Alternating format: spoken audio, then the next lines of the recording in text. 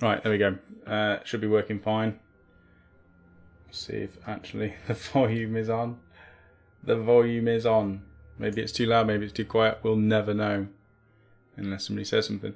So, bit of a random one. I'm going to be building some Stormcast Eternal for another doubles tournament that we're going to be going to whenever it gets announced. It's basically myself and Patrick and everybody from Warhammer Online and everybody associated with Warhammer Online I think is going to turn up as well. So it's going to be pretty good. And this time Patrick said we're going to do Order, I think. So I believe Patrick's doing Sylvaneth and I'm going to be taking Stormcast. And I made probably about 10 lists for different armies that I was going to take.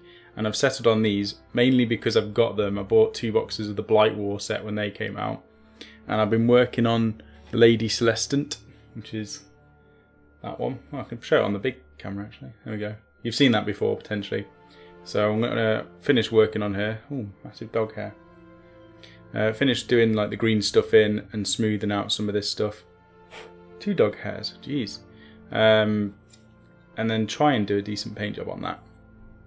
So the list that I've done, it includes, I will go through my list later, but it includes her.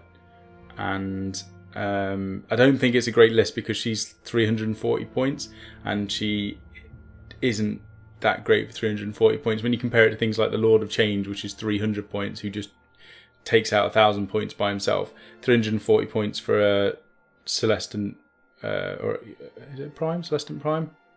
Prime thingy. 340 points is way too expensive because you end up needing to bring him in on the 3rd turn generally to get a decent amount of attacks. I'm probably going to bring her in on the 2nd turn and she gets like 4 attacks with 3 damage each, I think, which is, it's good, but it's not amazing. The shooting attack's quite good that she's got. You pick a point within 24 inches and I think every unit within so many inches takes D3 mortal wounds. So if you're against an army that has a lot of small units, then this thing is brilliant. But if you go up against anything that's, you know, a big unit, then you're just going to get trashed. Right, it doesn't do very well. Right, I'm going to go through the chat and see who is here. We've got 24 people watching, which is pretty, or 26 people watching, which is pretty miraculous, seeing as though it's just another random stream on a Wednesday. And I will try and do more of these if people do enjoy them and you can get on with some hobby while listening to me drone on and while I'm building stuff, then I can just turn the camera on for an hour and do this more often. So Achaya said hello, because again it was random, so welcome Achaya. Oh, now my battery's just died. I'm going to have to use the touchpad. It was set up. Patrick's joined as well, but Patrick's got to go for lunch. Oh, just checking before lunch. We'll have to watch it later. That's fair enough, Patrick. And we've been talking loads anyway about the army, so I think Patrick knows what's going on. Or at least I thought he did until he said, what's going on? Ralph's, have fun guys, got a couple of minutes before I need to take off. No worries, Ralph. I hope everything's going a bit better, maybe. I don't know. But I'll probably catch up with you on a hangout later or tomorrow whenever you're free. Going to be heading off to the north of France. Oh, fair enough. So you probably won't be available. Wes AD, welcome Wes. Ferris as well, morning. Graham Rigg. Coleman, welcome Coleman. And it was nice meeting up with you at Chilcon on Saturday or Sunday, whenever it was, and meeting you and your son. And I don't know, has your son cracked open the box and started building the Hex Wraiths? Or did you beat into it and start working on your Dwarf Warriors fairly early on? Fellhate, welcome Fellhate. Coleman, Sam, you looked bigger in real life. Well, I'm very small on the camera down here, but I'm not really tall. I'm about 6'1", 6'2". Unless you say I'm wider, unless you're saying I look fatter in real life, in which case I probably do. It's a trick of the camera, I think.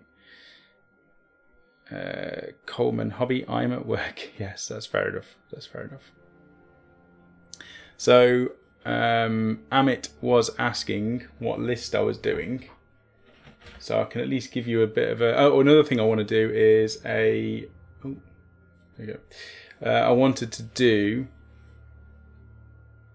the Chronicles again, VGO Chronicles. So I might do a video after this and get it edited and upload it later on just to start the Chronicles again. I know there's a lot of people messaging me asking me when it was going to start. We said February, but then the tournament happened, the previous one, and that just killed everything. So I want to do it, and I think we could probably start it this week and probably do like 3 or 4 months running it and do it as a longer one.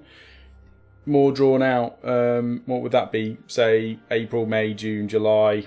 Probably done by the end of July, August, which is what we did last year. So it's kind of the same sort of timeline. We wanted to do one every 6 months, but I think one a year is more reasonable. But rather than locking it to Age of Sigmar or 40k, we'll do the Chronicles as a do whatever army you want. So Age of Sigmar or 40k, we'll probably do 1,000 points in both games, but if you obviously want to do more, same as last time, you could do 2,000 points, 3,000, 10,000 if you're Ulster Nation. You can pick whatever point suits you and basically start the army and then do the updates on the forum. So, and now we've got the forum, we can post things on there, which is really good. Everyone can make their own project log for the Chronicles, and that'll just boost the threads that are on there, and people can go back in like a year's time and actually look at people's armies that took part. Because last year when we did the Chronicles, it was only through Facebook, and it was amazing the amount of people that were posting things, but it all gets lost a year later. You can't really go back through and easily check what people were doing, whereas on the forum you can update your log as much as you want. So I think we'll definitely utilize the forum for the Chronicles event this year. Deadline could be when Warhammer Fest is on. That's way too early, Achaya. That's May, like the 13th, 14th. I'm not going to be done by then. I think I'll be done maybe in September with the other stuff that needs doing. But I think, if people want to do, if we leave it till like the end of August and people are done by May, they've done 1,000 points, you make another project log and you do another one. Maybe it's a challenge. You can see who does the largest amount of projects between now and the end of August and puts the logs up to show what they've been working on. The work in progress pictures, so you can see all of the lovely little plastic grey stuff, and then turning them into fantastic painted models.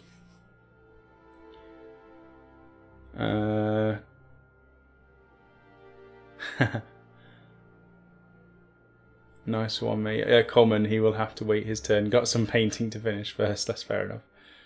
I caved in, but he might still be a tad too young. Yeah, Coleman came up to me and said, my lad basically wants some skeletons of some sort, but we're going to wait, we'll wait. And then 10 minutes later, he's got some skeletons. The willpower was quite low there, Coleman. Either that or your son is extremely, persuasive, and maybe he should go into Jedi training, I don't know. But he definitely got the Hex Wraith, which is what he wanted. Scarecrow, welcome Scarecrow. I'm building up Skaven Pestilence for my next doubles I go to. Somehow I ended up with a Horde army again. I'm not making that mistake. Obviously I did the Beastman's, too many models to do in a short space of time. This time the list is tiny. The list is like the most elite I could probably make it. Probably won't work anywhere near as well, but I'm hoping that Patrick can carry me again with all of his Sylvaneth goodness. VGO Chronicles 2, the returning, yes. Ralph, I'm getting my 10-year-old daughter into building at the moment. She is all for it. That's really good to know, Ralph. And Common's lad is 7. Else Nation's here. Welcome, Else Nation. 1,000 points sounds like a plan. I'm sorry I didn't manage to catch up with you as well. I was meaning to chat again at ChillCon, so I didn't see you again after the first time. May, I thought it was July. No, May the 13th and 14th for Warhammer Fest. Right, so let's have a look at the lists. There we go. The iPad does want to work now. So the list that I'm potentially just going to go with, just because it looks cool, it's an elite army, and I get to use the Prime, is a Celestant Prime flapping around. So that's the big lady. Then Lord Aquila, which is one of the Vanguard Paladors, like the character version. So it's like a giant chicken rider with a metal dude on the back of it.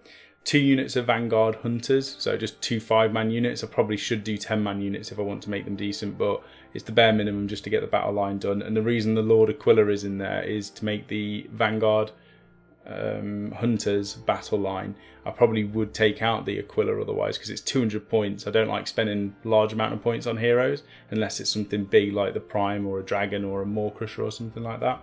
I like to keep the hero costs cheap, and 200 points for a Lord Aquila is quite a big tax just to get your Hunters as battle line. But the other option for battle line is in Stormcast is Judicators, which is 160 points for 5 of them. Probably would be better doing those, like 2 units of those, but I like the Vanguard models, so I'm just going for those.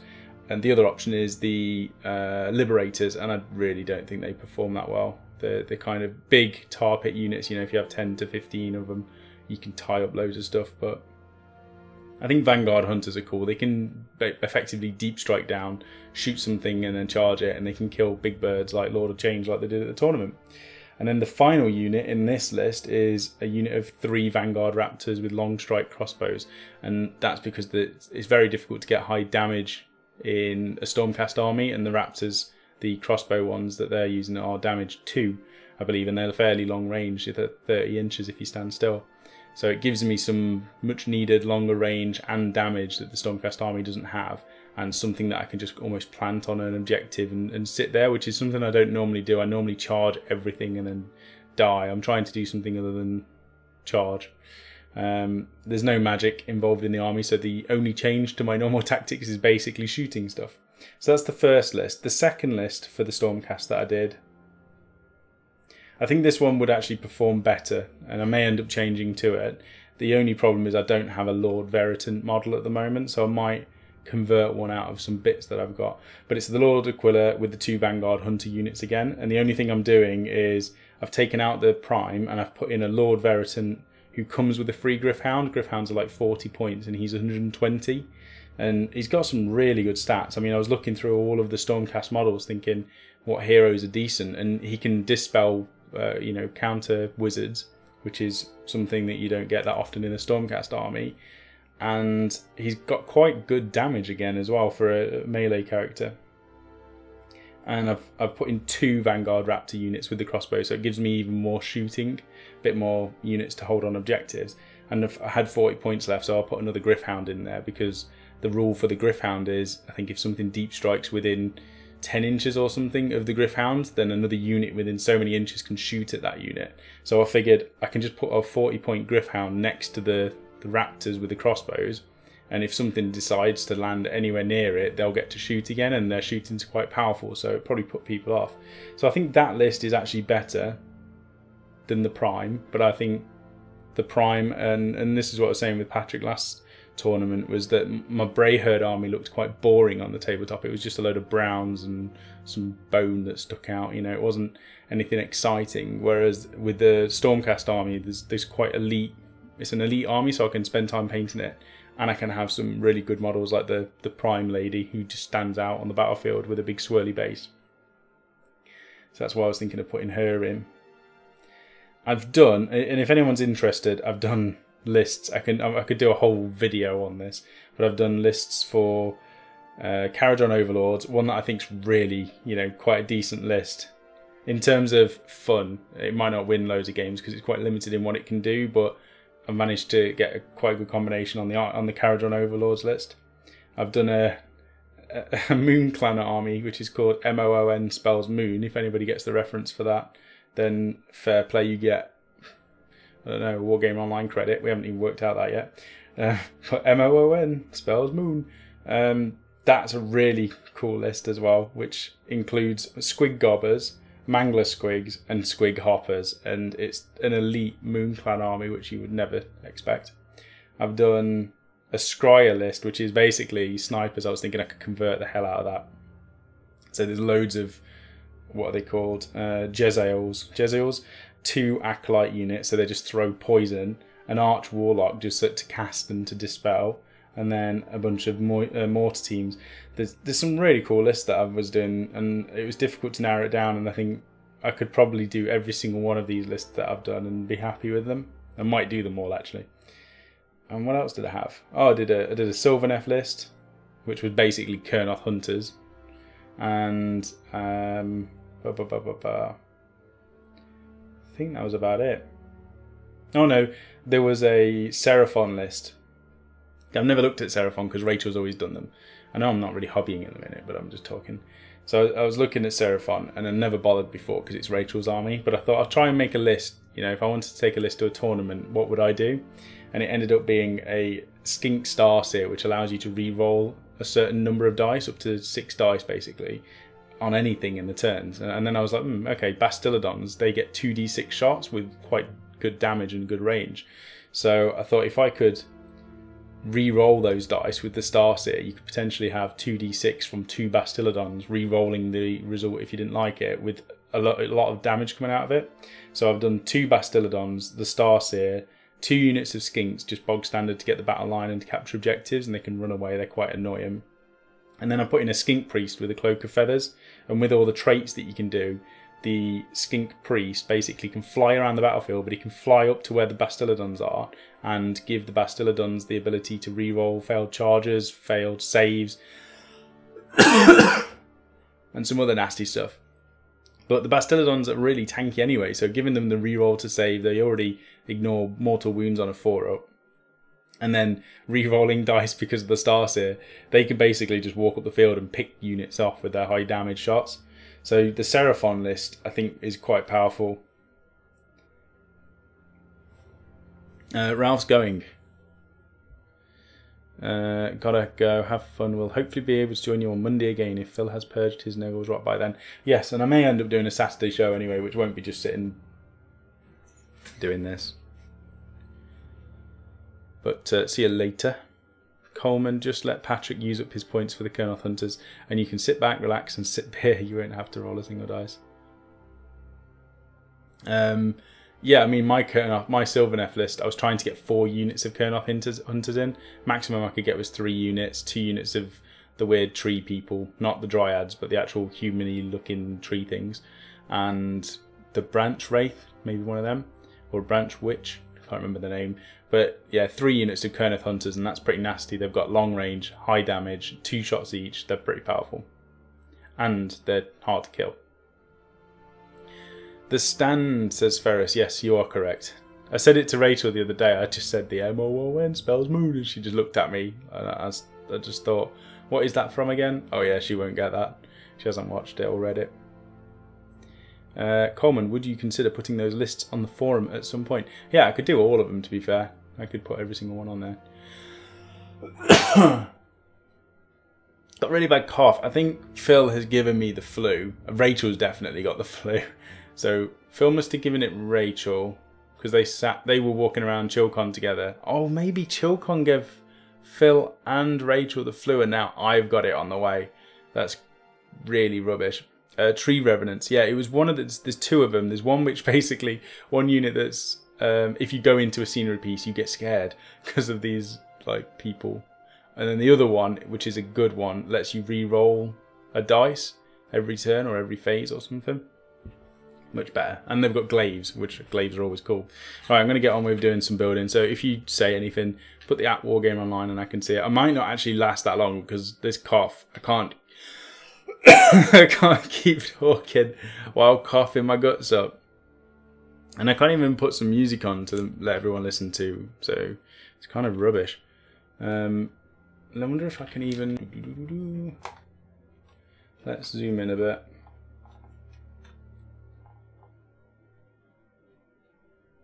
Oh god, that's not zooming in, that's zooming out. Way Watchers. I think they might be called Spite Revenants. Let me have a look. Let me get the list up. Sylvaneth. So this was the other list, and it was 20 points over, but you can do a general order list. It's the only way you can get close to having 4 units of Kernoth Hunters, but it was a Apprentice Runesmith as your hero because it's only 20 points and you can still dispel stuff. So that is the golden, like, 20 points to dispel things and take up your hero tax is pretty good. 2 units of Skinks for 60 points each, and then 4 units of Kernoth Hunters, but it comes to 1020, so unless they change them, it's a bit annoying. That list doesn't work. So the Sylvaneth list I did now is 980 points, 2 Branch Witchers, 2 Tree Revenant units, and 3 Kernoth Hunter list. Three Kernoth Hunters. 980. Not a bad list. Oh, jeez Louise. Maybe I should get a drink or something. Right, you can probably see what I'm doing here. I've built all but one of like the bodies. So, and you know what? These kits aren't that great. They look good, but only if you're doing 5 of them or 10 of them. If you do loads of them, the poses are all the same. And it's annoying because the shoulders, the way that these models go together, they're not easy to convert. You have to do a lot of chopping. So you get like the cloak, which comes on like this. And then you get arms. Like when I build stuff, I chop everything off the sprue, clean it up, and then stick it together. And you can't do it with kits nowadays because they only go together a certain way with certain arms. So like this arm doesn't go with this shoulder pad because there's a giant bit that sticks out. And it's the same for the other arm. And even the body, it tells you on the instructions to put the body and the arms on at the same time. That doesn't work. Like you have to generally glue. I've been gluing the body on and then one arm and then jimmying the other arm in. They're just not very easy to convert. Like all of these bodies and arms, I don't know if you can even see that, but I put the body in the middle of there, and if that arm will fit on the right, but the left arm won't fit. So I'm going to have to chop it all up to make it work. It's a bit frustrating. The legs go together absolutely fine. You know, no issue there. You basically stick a leg onto another leg, or into a body, not onto a leg. Legception. And then once you've done them all, I've left the bodies separate to the legs so I can go around all of them and see what looks better pose wise. And I've not put the heads on yet because I've found a load of Space Wolf heads that I may use. I've just got to take off some of the Space Marine-esque stuff. So like, I don't know if you can see that very well. Kind of see it a little bit, but like the Space Wolf heads look fine, and I'm running out of head options. I've only got so many left now. I've used them up over the years. I might have to look at see what sort of, and it needs to be GW because I'm going to be using it in tournaments. But the Space Wolf heads look fine. There you go. And the other option, I bought 2 boxes of the Custodes.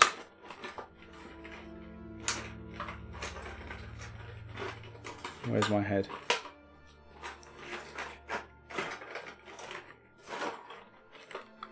So I bought 2 boxes of the Custodes upgrade sets for the ranged units, and I never used them because they didn't have rules for 40k at the time. So I've just been having them sitting around. So I thought these kind of work for the Stormcast.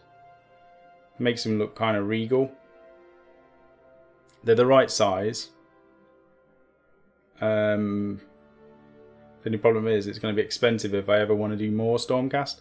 So I may end up not using them for that basis, but I've got at least 10 at the minute, so I'd probably need to buy some more of these upgrade sprues to do the force. It's not that many because I've only got maximum 20 models to do.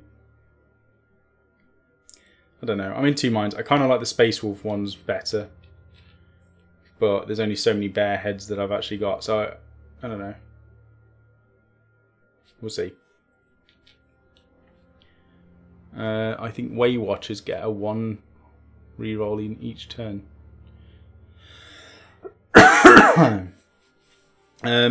No, wait, getting confused. Yeah, that's the Tree Revenants. Achaya, my adult moment is when I assembled all the Skull Crushers and based them, only to realise how am I going to paint the undersides. Yeah, basing stuff does limit you. I was debating on putting these Stormcast straight onto bases so I could use the GW handle a bit easier, but I've just decided against it. I'm going to go back to using Corky. It's fine. Right, let's move that out of the way and figure out how the hell this is actually going to go together. And then I've got a load of stuff I need to build for the rest of the day. I probably won't do it all on stream. I won't do it all on stream. I'm just going to turn it off later and just start building. I seem to get a lot more done when I'm not live streaming, probably because I'm not talking rubbish. See, like this, I'm going to have to like literally chop it, clip into the damn thing. Custodes are 40k Stormcast. Yeah, I mean, they're all the right size. when I was building, I'll find it one day. It's in one of the boxes I saw recently. Before the Custodes came out, I made a character. I made a Custodes character out of Stormcast bits, and I was actually quite happy with it. And I think it was 2 weeks after they released Custodes, because that's what happens whenever I convert something, which is why I've not started doing the White Scar conversion, the Primaris White Scar, because as soon as I start making it, GW are 100% going to release a Primaris bike unit. Then I'll be really annoyed.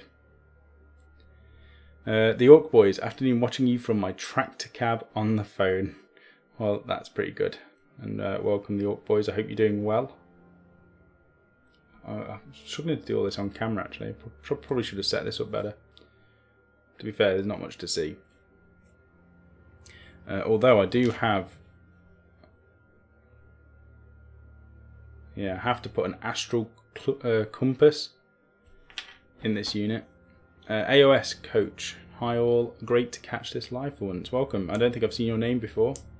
But with a name like AOS Coach, it's good to have you on the channel.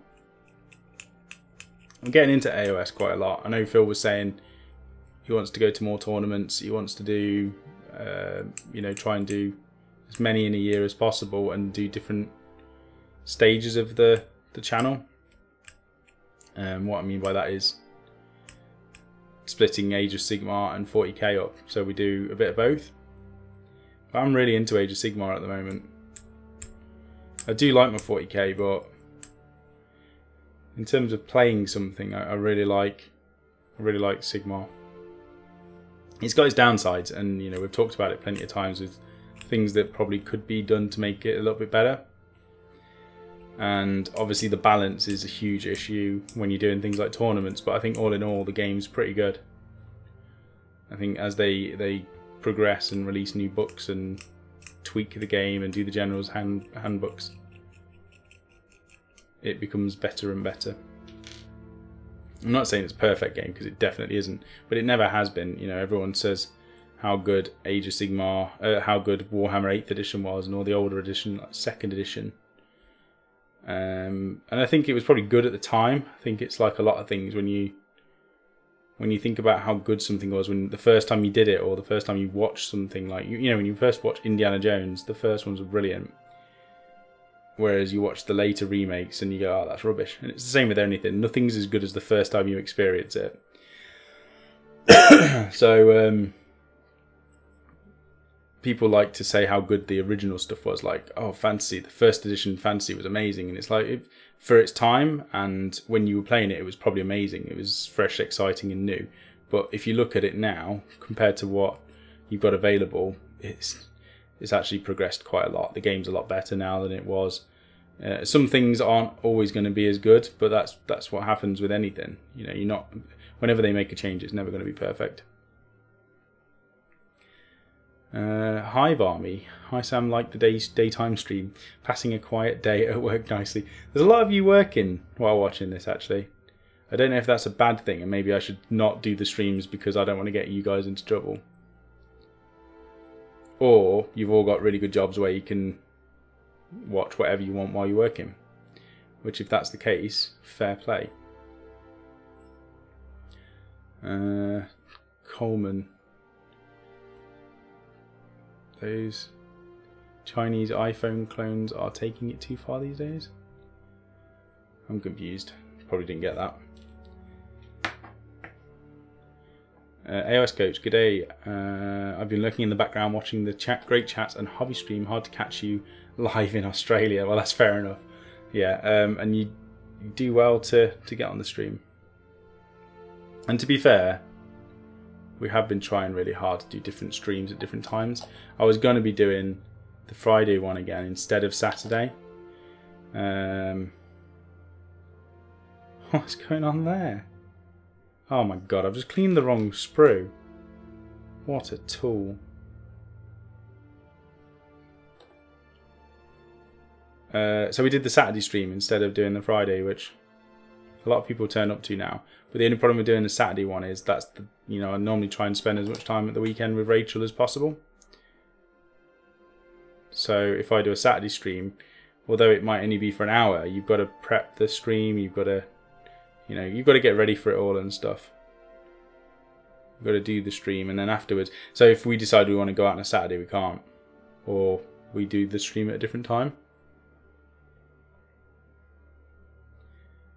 Ferris, student, so passing time while doing high energy astrophysics coursework. I'd love to have done something to do with space or physics, but I'm too I get distracted easily. That's why I'm a butterfly in the hobby, because I just can't spend my time doing anything for longer than an hour, really. Anything that's the same. I just flip between everything. I'm going to just mute myself every time I cough, I think. As if my mouse didn't die.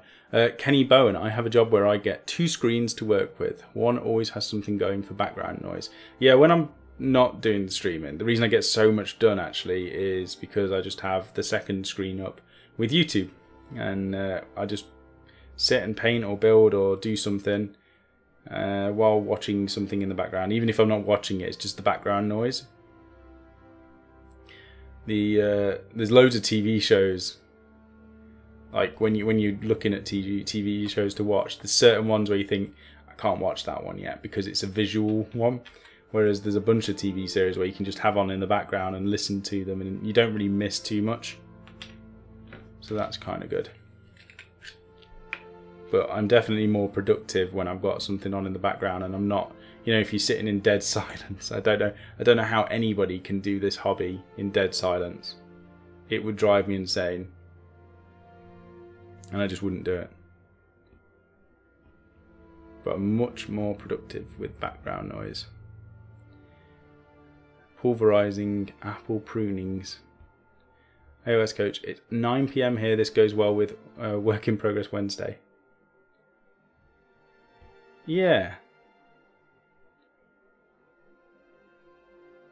This is my Work in Progress Wednesday as well. Oh, not on camera again. Oh, you know what? I'm not even going to bother worrying about getting stuff on camera. No one's actually watching this. Watching me fumble around. Oh my god, this is super glue. Glue. Super.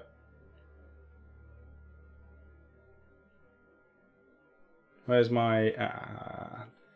there it is.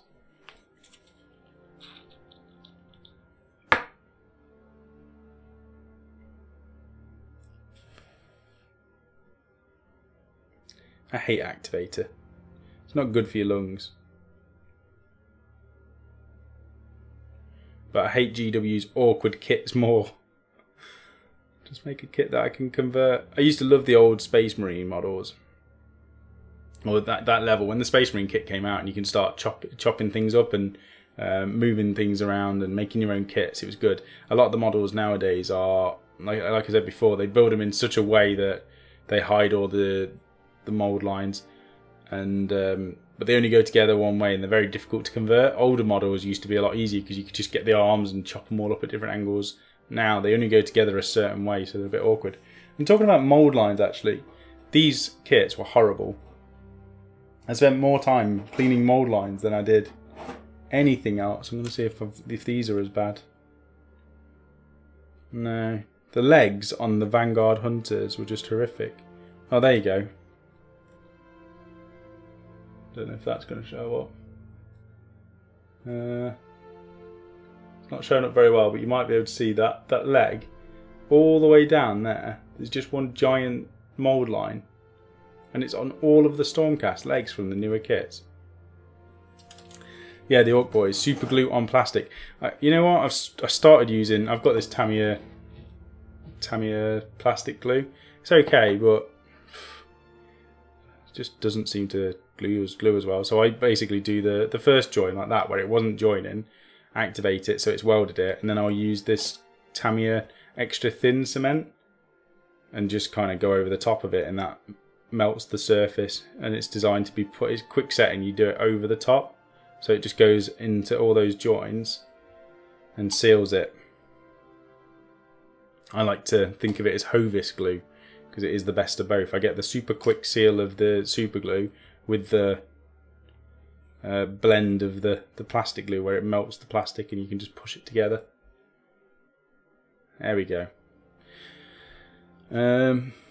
AOS coach, are you registered at the WGO forum? Oh yeah, that's a good point. If anybody isn't on the forum, go on wargameronline.com. Actually, hold on. It might make me less productive, but who cares?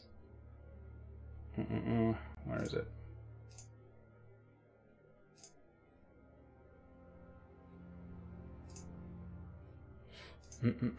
Right, here we go.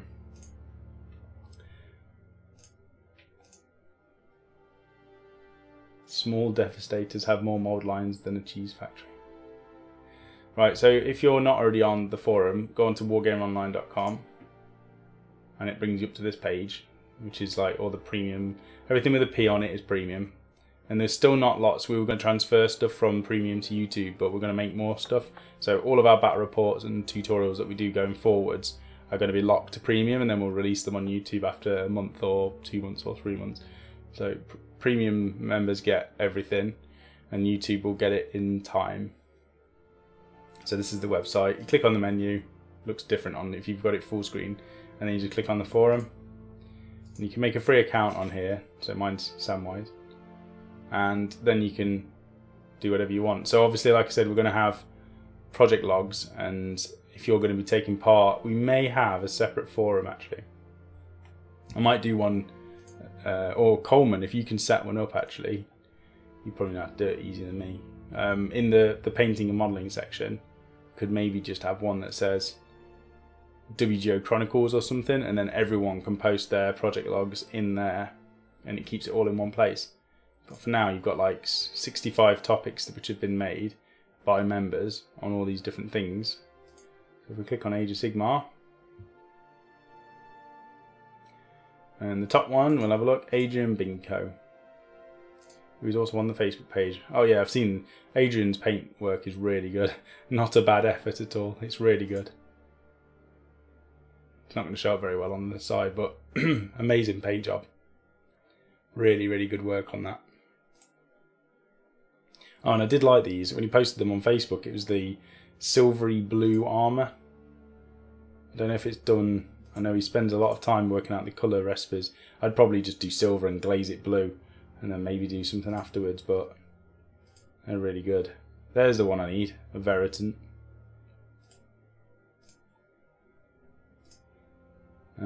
What else we got on here? Mark's Corn Bloodbound, so this will probably Mark Potter, is it maybe? Yes. So Mark Potter was on one of the recent battle reports. He'll probably be on more of them in the future. So he was using Gutbusters before, but he has got a Khorne army as well. Some nice edge highlighting there on that.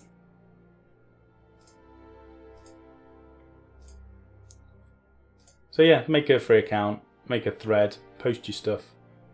That's about it really. How do I go back? Oh dear. There we go. Coleman, so what's your favourite glue then, people? I actually use the Revel plastic glue. So for plastic glue, you know what, I've used all sorts, but this Tamiya stuff is my favourite because it comes with a brush. It's easy to apply. The brush itself, look how small that is. You get in tiny little gaps. But I also always have out the extra thin Tamiya one as well, so I use both of them. And the extra thin one, you just kind of go over the top of it and blend it together. Sorry, that's under admin's permissions, so you can't actually make a thread, or you can't make a forum. Okay, I'll try and do that. Super glue wise, I use Gorilla Glue, but I'm never buying this brush and nozzle one again. I bought it just because I quite liked the GW super glue with the brush, but obviously Games Workshop super glue with the brush is designed to paint with a small brush. Gorilla's super glue with the brush is designed for painting faces. There we go. Look at the size of that brush. It's far too big to do anything. You can't get a fine application on here. It's just bad. So I just buy the normal Gorilla Glue. I've got 2 more of them on the side. Revel and Tamiya extra thin. There you go. Another one using that. Alright, so I'm going to just, like certain areas like this, I don't care about it necessarily merging. So I'll just stick a big blob of super glue on there.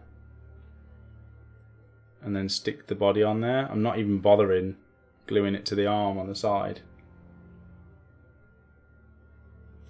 And even with this kit, because I know that the legs are going to be sealed, so if I was having problems, which I have done with some of these, I can stick a little bit of glue on the back of there, because I know no one's going to be able to see after that. You know, once I put the legs in there, activate it, and that's perfectly going to be sealed in place.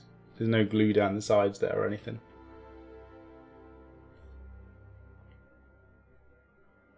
See, the problem I've got now is I can't get this other arm in. Just because of the way these kits are built. It's rubbish. Maybe wedge that in there. I'm going to have to chop that up just to get it working.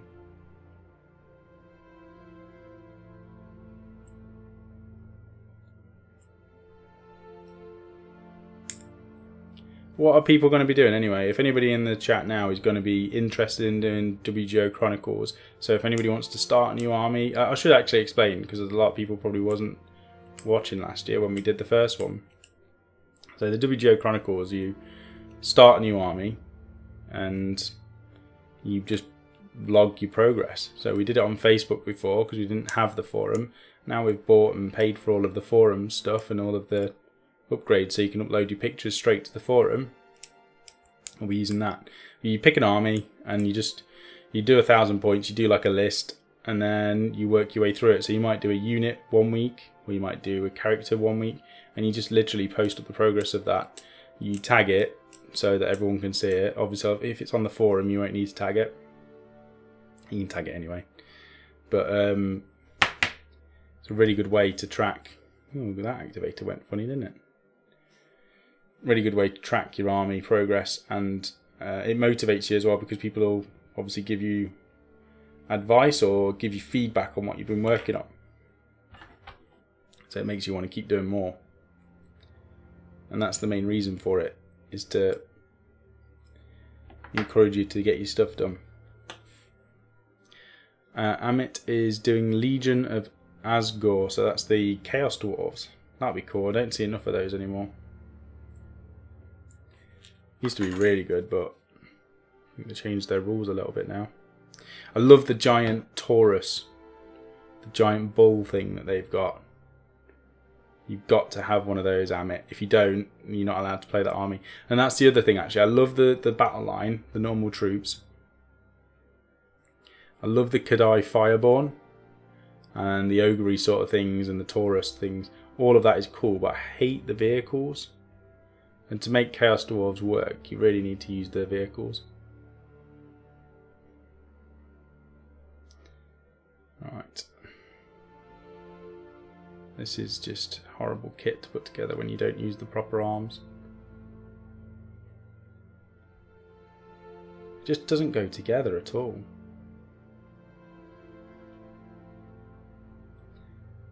And the problem is, I've been looking at, because I've been building stuff for quite a few years, I have like a standard approach, which is, like I said, cut everything off the sprue, clean it up really quickly, and then glue it all together. But it doesn't work with this anymore, so it's probably messed me up. Games Workshop getting their act together and making kits that only go together one way. Great for beginners, rubbish for people who have done that before. Sir Mergleton. I think I'll join the VGO Chronicles with my fledgling Inquisition army for 40k. Well, that'd be cool to see, Sir Mergleton. John Kamari, wow, never knew you guys did live. We've done live. Our first show was live, actually, and then we've done live. It might have just been because we don't do live at this time, because we do live every week, 2 shows every week at the moment. I have to green stuff a lot of these.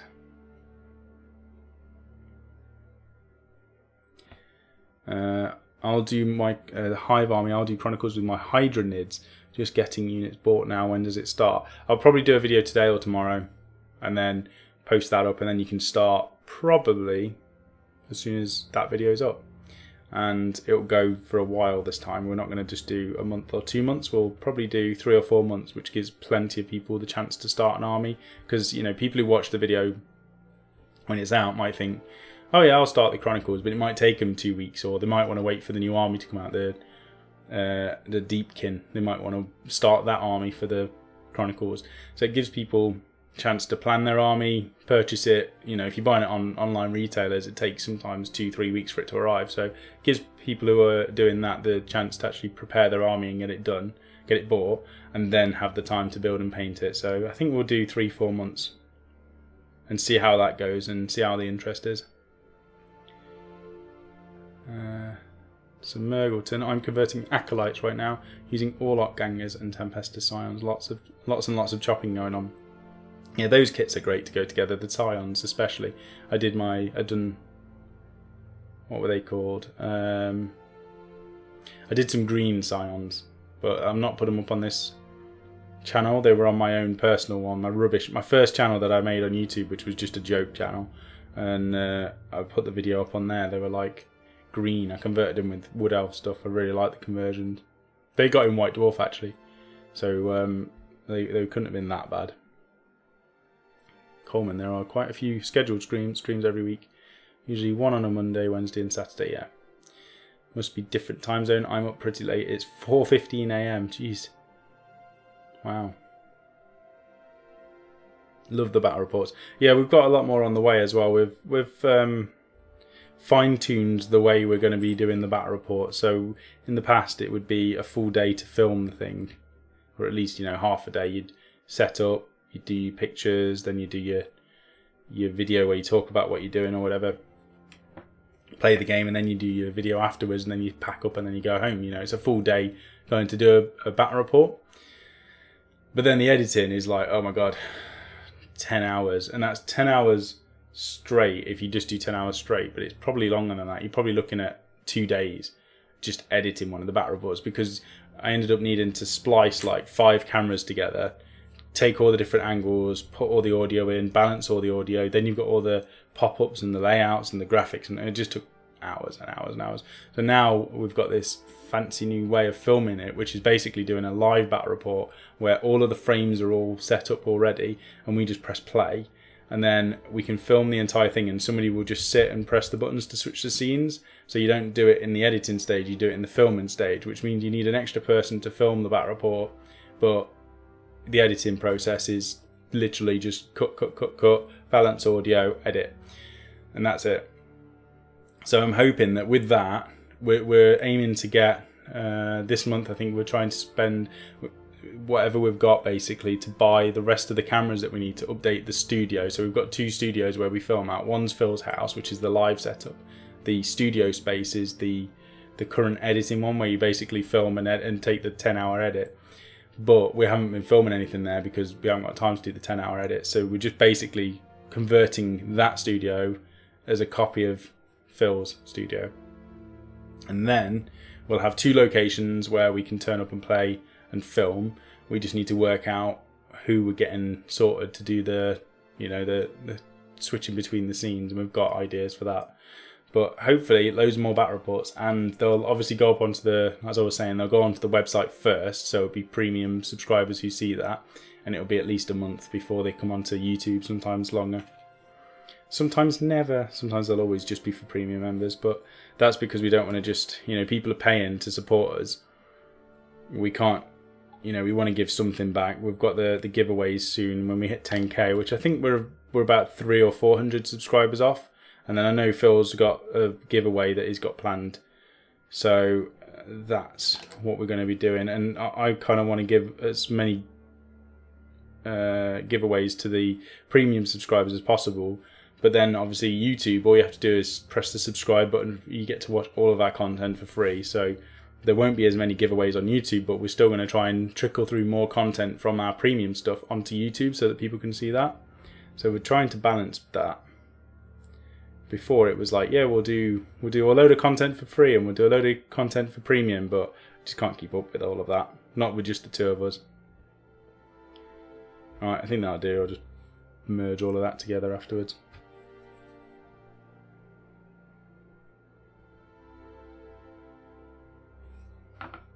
I think I'm going to have to shout at Phil for giving me the plague, even though he probably picked it up at the weekend as well.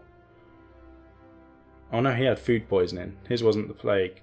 He had the flu the week before, so he did give me that. Okay, definitely it was Phil.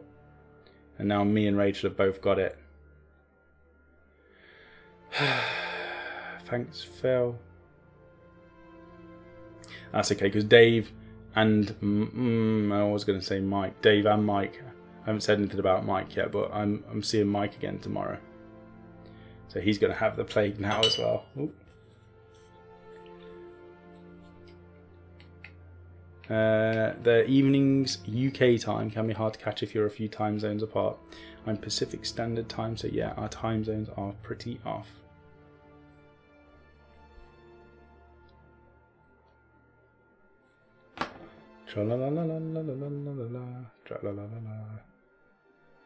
Shoulder pads. I never understood how these shoulder pads go together either.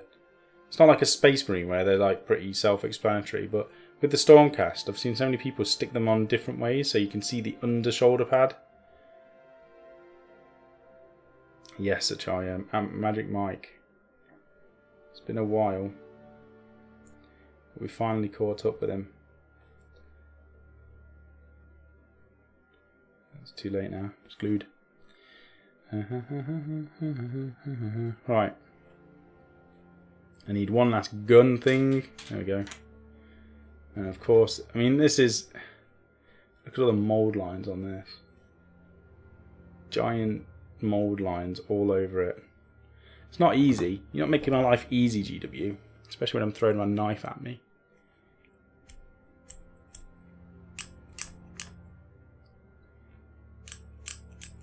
I've got a mould line remover as well from GW, but I prefer just using the back of this knife because it's got a much finer point on it, so I can actually get that into the really difficult nooks and crannies. The mould line remover is far too big to get it into some of those areas.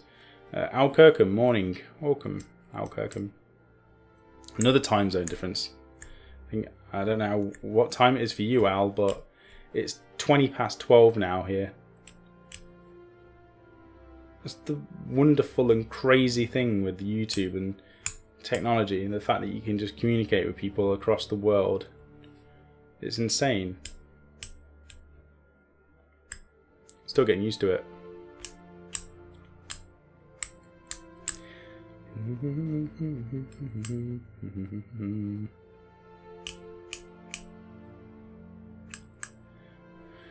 Oh, and I've also got to drill out crossbow barrels. It's like a bolter barrel.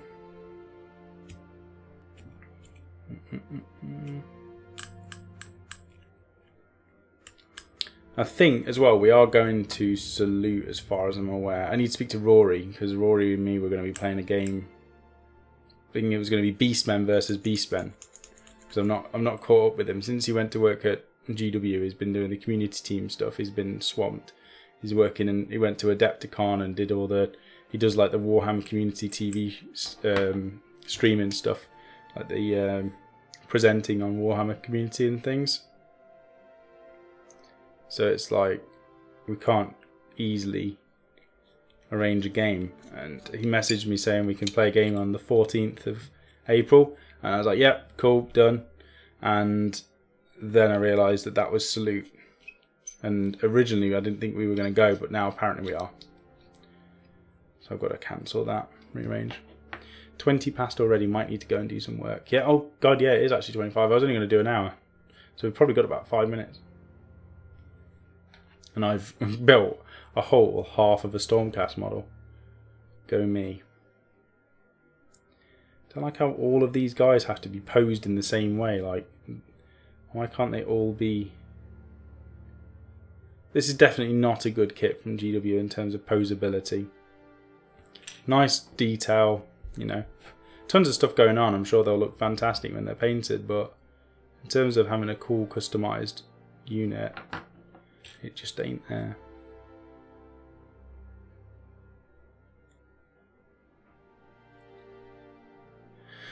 Oh, and life update, actually. We're finally getting our new boiler. It's been 3 months where we've had no shower and I've had to bath every day. I hate having a bath. It takes too long to actually You know, fill the bath up, get in the bath. I miss my shower. 3 months of not showering has just killed me. But next week, apparently, the plumber is coming to fit a new boiler, and hopefully the shower will have enough pressure to work then.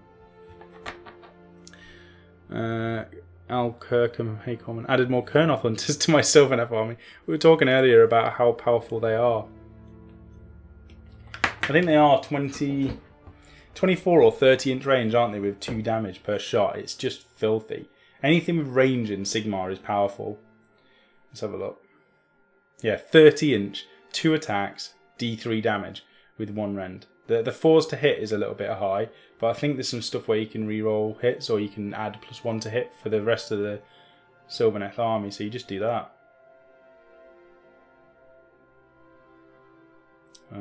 Yeah, insane.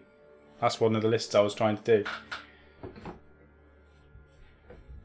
Please don't even say that name around me. Kurnoth hunters.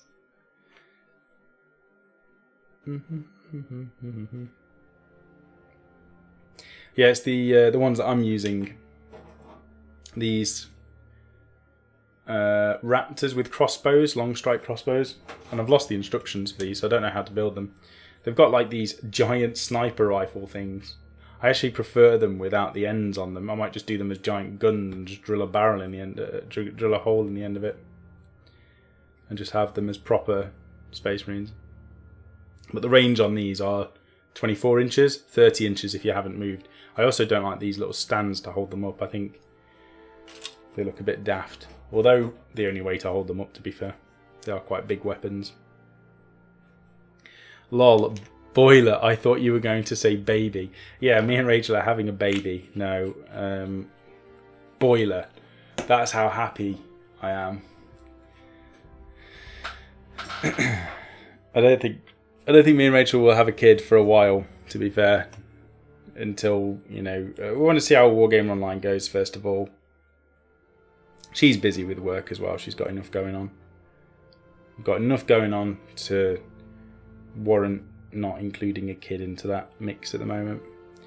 Kurnoth's got nerfed with their points. Still awesome units, not nearly as powerful as they used to be. Yeah, they need a nerf in there, and I think they're still really powerful. I think it's more than anything, it's the shooting in Sigmar. Anything with shooting is really powerful. All magic. I think the combat armies suffer the most. Because you can put a big tar pit unit in front of all your ranged stuff and then just blow everything to pieces. And I think after doing that tournament and seeing what worked really well, I instantly switched. I was like, oh god, you're going to have some form of shooting to compete, really. Or shooting or magic. You can't just do pure combat because people just camp on the back corner. Technically, you have a baby. Liam. Yeah, Liam. WGO baby.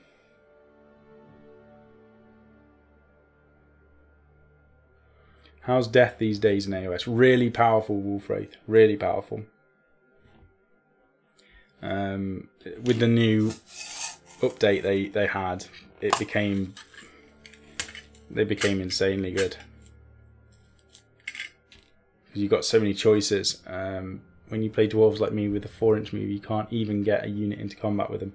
Yeah, that's the problem. I was looking at doing a dwarf army. The dude on the back of the throne, he's got some pretty good rules.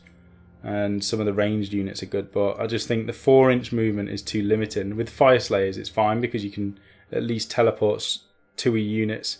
Well, every rune smiter you've got, you can teleport a unit, which gets you across the table. And you've got Magma Droths, which are really fast as well for dwarf armies.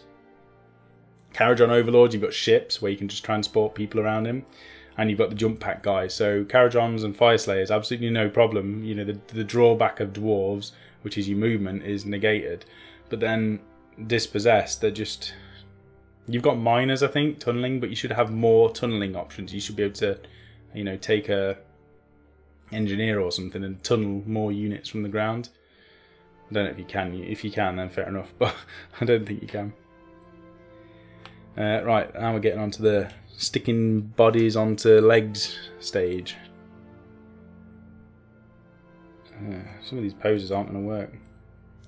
Nice to see when I'm coming back to AOS at the right time then. Yes. I mean, some of the most powerful at the tournament we went to most recently at Warhammer World, and that was the doubles. The most powerful armies would probably be Chaos as a whole was quite powerful, mainly because Tzeentch is just so powerful. The magic phase with the Lord of Change and some of the combinations you can get, and the Destiny dice, Jesus, yeah, they just annihilate. So I'd probably say Tzeentch is up there as probably the most powerful army in Age of Sigmar at the moment. And then the other armies that were up there as really good contenders were ones like Fire Slayers, because the 30-man unit, 20 to 30-man units of Volkite Berserkers are just nasty. You can't kill them. And I was looking at the Bestigor unit. They're 140 points for 10 of them. And the Volkite Berserkers are 100 points for 10. And the Berserkers are just better. Like, full stop, they're just better. They've got save after save. Their movement's not as fast. They can't ambush, but you have to take pure Brayherd to ambush. And that's their benefit. So they're tons better. And there's loads of other stuff. They're renaming Tzeentch to Cheesinch. Oh, Stewie's running around. I wonder what that noise was. The other armies that are good, so Fire Slayers, Death, and Maggotkin, so Nurgle. So, I mean, that's another Chaos one. Chaos are probably the most powerful force in Sigmar at the moment, and I'd say Order has got some good stuff as well. Like I say, Seraphon was quite prominent. They did really well. Stormcast, you can make them work. But I'd say power-wise, in my head, I would probably say Tzeentch is at the top. I would probably say, and if played properly, Nurgle could be second, followed by Death. I'd say Nurgle and Death are probably joint second, and then after that you've got Fire Slayers, Fire Slayers, and some of the other armies like the Stormcast. I'd probably say top tier though. Yeah, that's it. Thordalim Decalidai, sneaky livestream, or did I miss the announcement? The announcement I only put on the Facebook page, so the Wargame Online page, not the community page, so I apologise about that. But yes, it is a bit of a sneaky one. And I'm probably going to go off now. I'm going to go and glue the rest of these bodies to the legs, get the rest of this stuff built, stick some heads on them, and then put them all on cork ready to be primed. I haven't figured out a colour scheme that I'm doing yet. No idea what I'm doing. I've got to work that out with Patrick. So I need to find out what he's doing first. Whether we just do our bases so they are like the same, or whether we actually do similar colour schemes as well. My throat is killing me, and I'm going to cough and cough and cough more often. So I'm probably going to go off before I do that. Wednesday today. There may be a show tonight, actually, depending on what Phil's doing. He might do a live show. He might do a live battle report if he can get people around to do that. Otherwise, I think the next day you will see our stuff is probably on Saturday. By the way, if you didn't mention it yet, how do you like the Sea Elves? We'll talk about Sea Elves on Saturday, Thordalim. And there's a advanced, notice that I'll be doing it. So is it not interesting? The most powerful armies are the ones with the newest battle tomes, just the way it goes. Thank goodness for General's Handbook 2018 and 75-point units of Skull Crushers. Yes, this is what I mean. If they update everything, it's fine. If they kept it stale and it was Codex creep like in the past, then it would absolutely destroy it. Stewie is literally running rings around the carpet. You can probably hear him. Right, I'm going. Have a good rest of your week, because I probably won't speak to you until Saturday. And I'll do a show on Saturday at probably 9 o'clock, probably 8 or 9, whatever the normal showing is. I think it's 8 o'clock, 8 o'clock till 9. So I will see you later. Thanks to everybody who has joined me today for this random show and kept me occupied. And I hope you all have a good rest of your week.